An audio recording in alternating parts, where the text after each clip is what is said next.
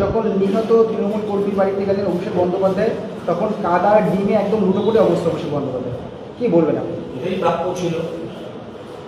অমিত শাহকে মারবে, ভারতবর্ষের সংবিধানকে নাকি একটা বলেছে তাকে চ্যালেঞ্জ করবে, হ্যাঁ, যে একে আয় জল খেয়ে আসবে, বাতাসা খেয়ে আসবে, তাকে আজকে গুড় বাতাসা দিয়ে দিয়েছে, চড়ান চড়ান করে দিয়েছে।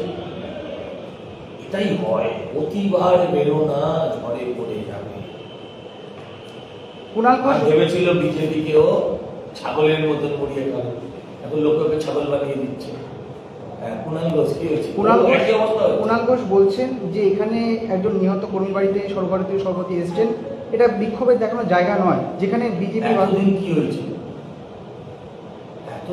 হয়েছে? এরা তো বিজেপি কর্মীদের বাড়ি ঘেরাওয়ের ডাক দিত আন্দোলন সময়। এরা তো বিজেপি কর্মীদের বাড়ি ঘেরাওয়ের ডাক দিত আন্দোলন স্বরূপ। হাওয়া বেরিয়ে গেছে, আয় তোর বাপকে ডাক। যে সরকার শান্তির কথা বলে, কিন্তু তারাই আজকে উচ্চে করছে, এমনটা অভিযোগ করছেন কুণাল ঘোষ। এরা কি বিজেপি করেছিল? সাধারণ মানুষ করেছে। আর শান্তির দূতদেরই তো এ করেছে, স্বাগতম করেছে শান্তির বাহকরা। শান্তির ছেলে শব্দটা মানে এই গত 15 বছরে শান্তির ছেলে শব্দটা মানে এই শব্দটা কারা উৎপত্তি করেছে? তারা কোন শান্তির ছেলে, তারা কোন ভদ্রলোক ছিল? ঘটনাস্থলে যাচ্ছেন চন্দ্রিমা ভট্টাচার্য এবং শোভনদেব চট্টোপাধ্যায়। আমার পক্ষে অসুবিধা, যেতেই পারে।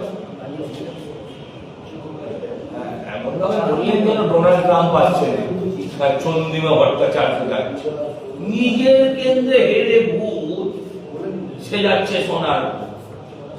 কেন দুধের গাইলার বাচ্চা বেড়ায় কি ওকে বাঁচাতে?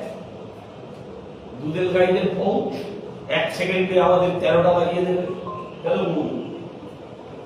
তার নাই আছে, এটাই হয়।